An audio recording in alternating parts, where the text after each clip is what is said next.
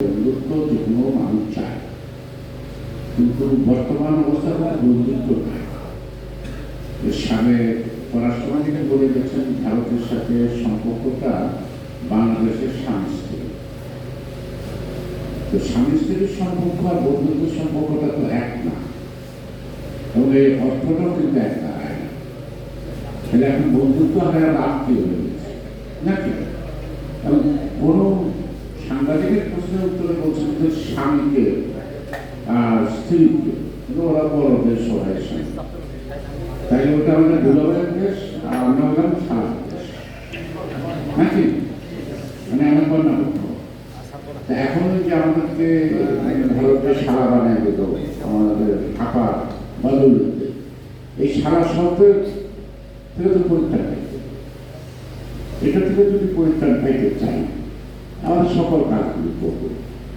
বাঙাল ভাইগুলো কোটা ছাত্ররা যে কথাটা বলছে, এটা আমাদের কিছু ব্যর্থতা আছে।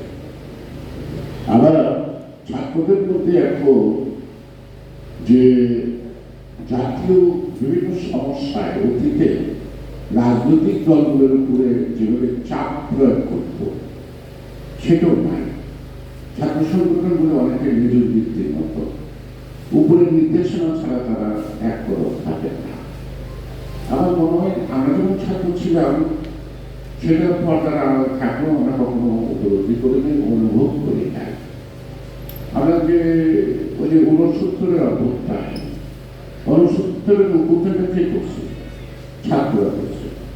১১ দফার ভিত্তিতে সকল রাজনীতিরা, এবং সেখানে রাজনৈতিক দলের পার্টিসিপেশন খুবই কম ছিল, এবং আওয়ামী লীগ নামক দলরা এত শক্তিশালী বা ঘরে ঘরেও ছিল না। কিন্তু ফলাফলটা কিন্তু শেখ মুজিব মুক্তি পাইছে, এবং মুক্তি পাওয়ার পর টোটাল ফলাফলটা রেগুলার করছে, কাউকে ভাগ দেয়নি। এবং যুদ্ধটা যখন শুরু আগ দিয়ে যার কষাকষি ছিল ক্ষমতা, আমার মনে থাকার কোনো মনে না থাকার কোনো কারণ নাই।